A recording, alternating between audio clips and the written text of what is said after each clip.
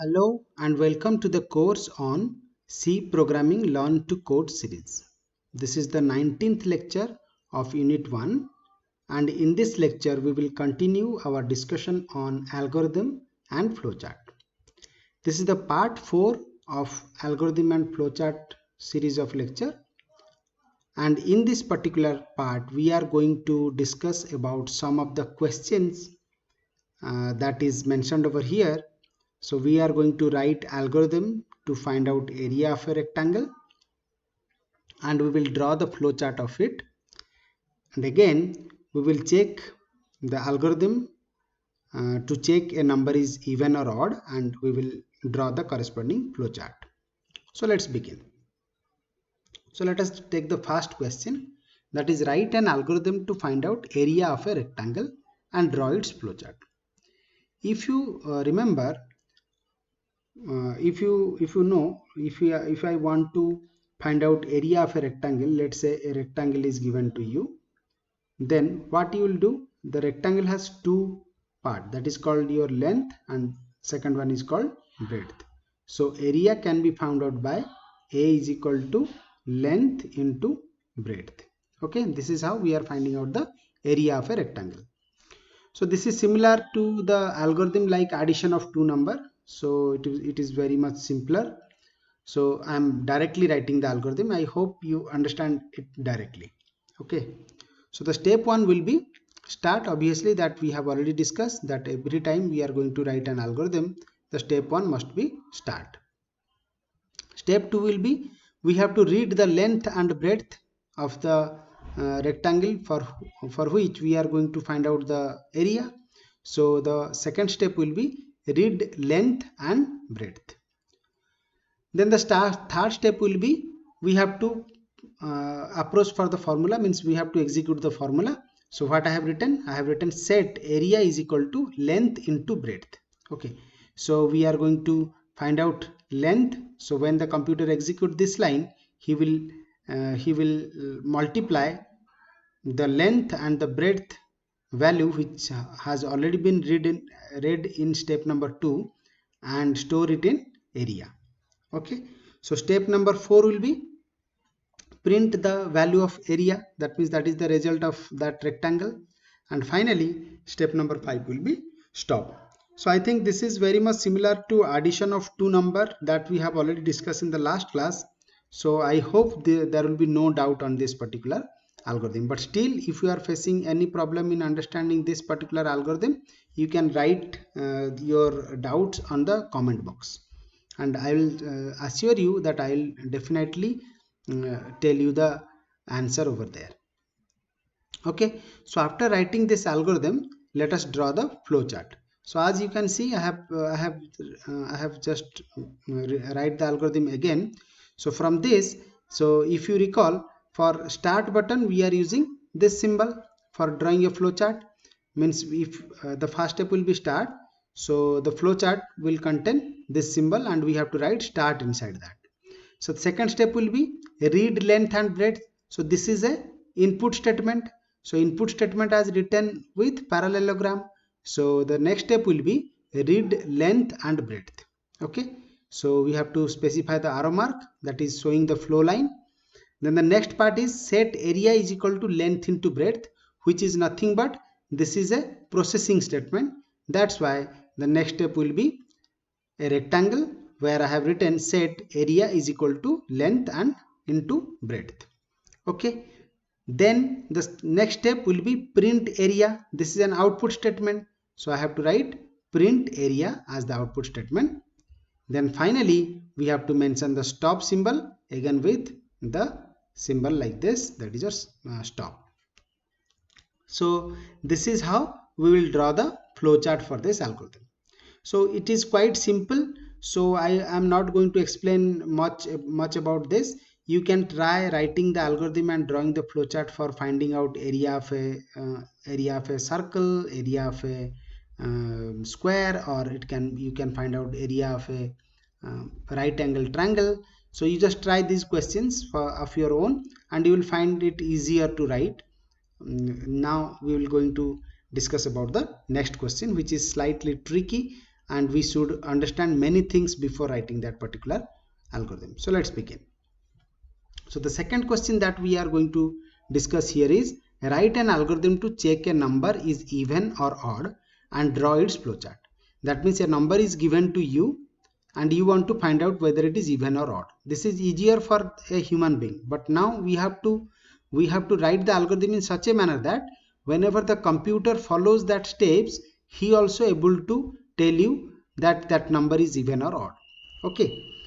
So first of all, before I am writing the algorithm, let us first understand some of the points, like what is percentage and divide. This part we have already discussed in algorithm, but still I am going to repeat here for because it is this will be used for finding out the or checking the number is even or odd.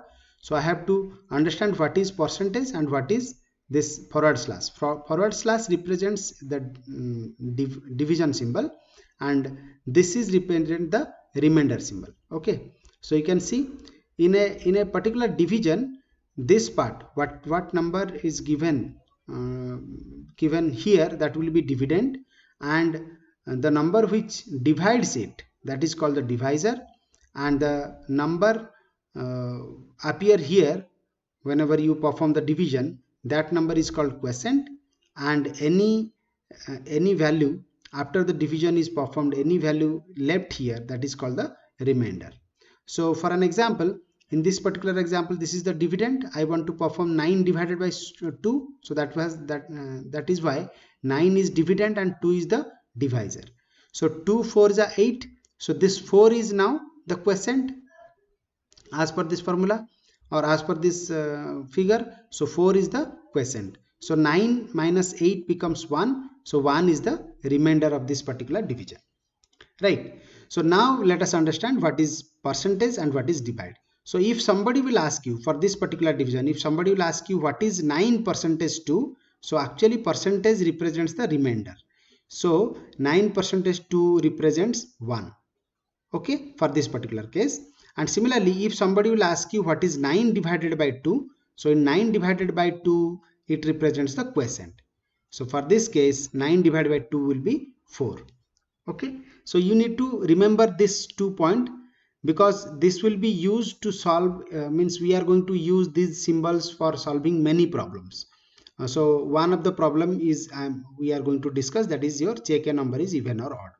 So I hope you understand what is the difference between percentage symbol and divide symbol. So let's go and understand something else, that will be what is double equal to.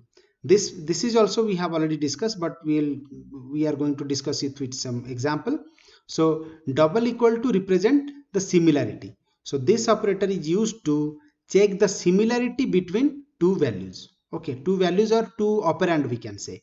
So the operand will be appear before one operand will be appear before double equal to, and one operand will be appear after the double equal to symbol. Okay, so whether both are similar or not, that we are going to check with double equal to symbol.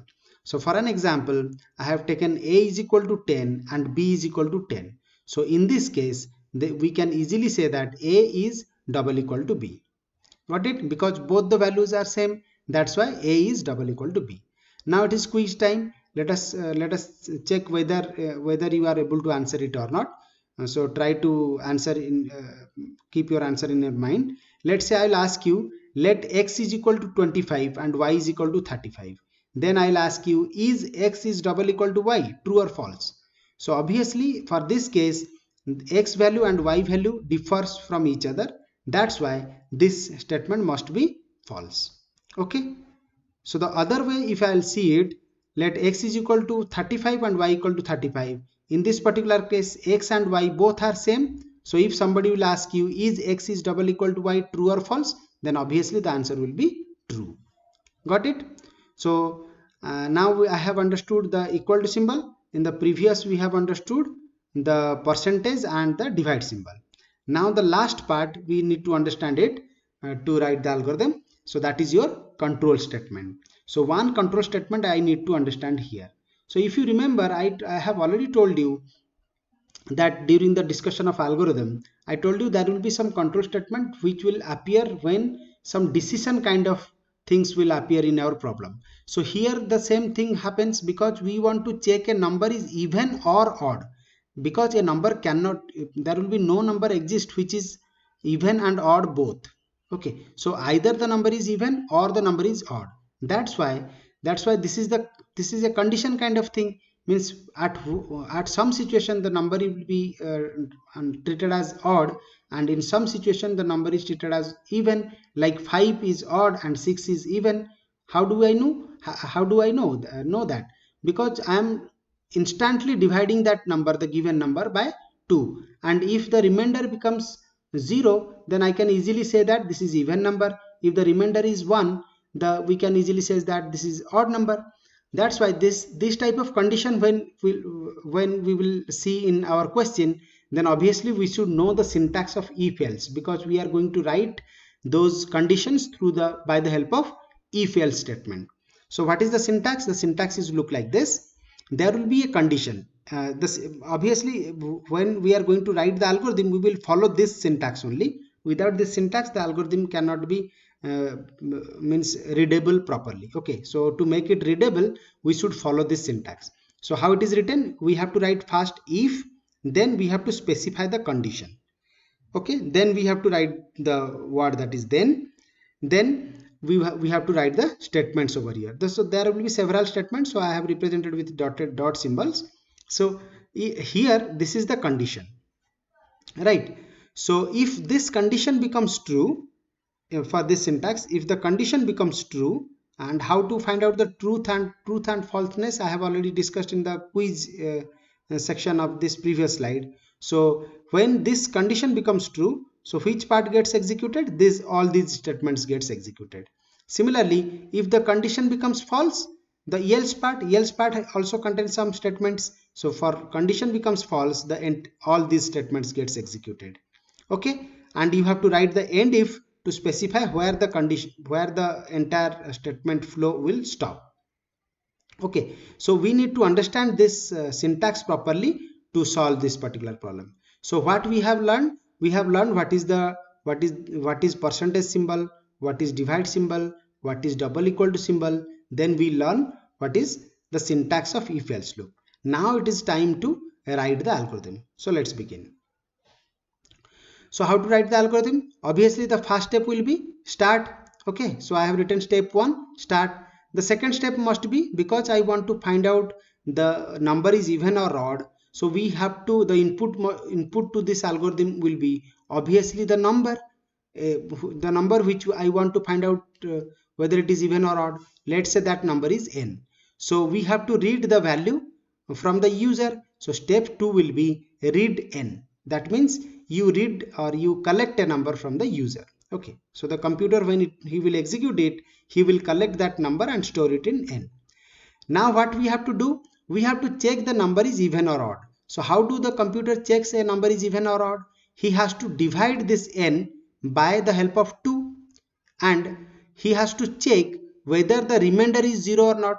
So how to find out the remainder is 0 or not? Because we know that there is a symbol called percentage. If I'll use this symbol percentage in our algorithm, then I can easily check whether the numbers after divide it by 2, whether the number gives whether the result gives you 0 or not. So if it is giving you 0, then obviously that n is even. If that number does not give you 0, then it is odd. So how did I write that? I will write that by the help of the syntax that we have already discussed in the previous slide. So this is the syntax.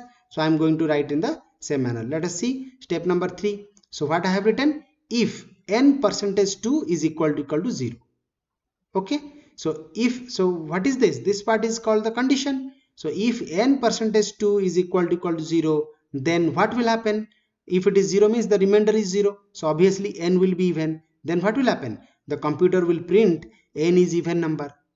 Okay, and if this condition becomes false, then what will happen? The computer will print n is odd, right? So we have to stop the if condition, that is here, end if.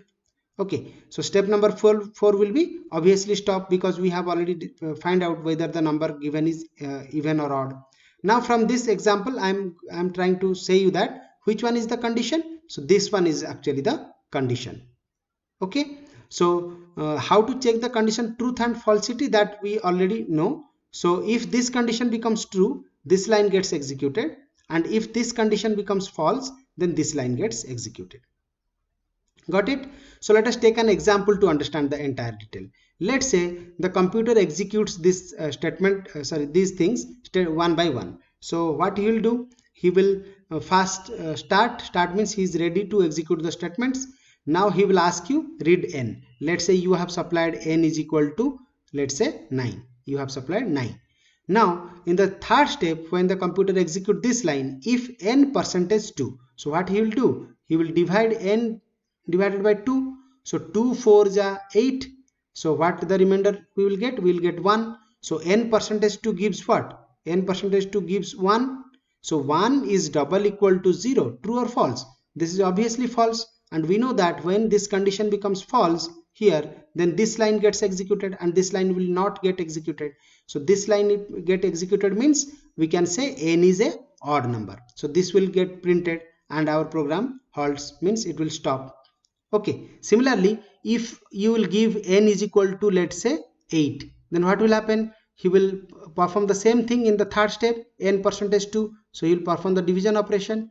2 4s are 8, and here the remainder will be 0. So n percentage 2, the remainder becomes 0. So 0 is equal to 0. The condition becomes true. So if it is true, this line gets executed, that is n is even number, and this line is not executed, and the program goes to stop condition. Okay, so this is the steps required to solve this particular problem. Now after I understand this, how to write the algorithm, let us go for drawing the flowchart.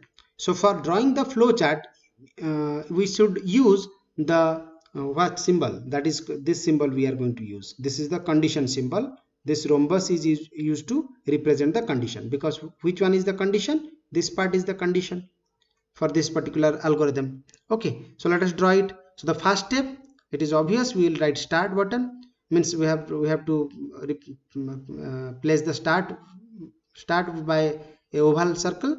Then we have to read the value. This is what? This is input.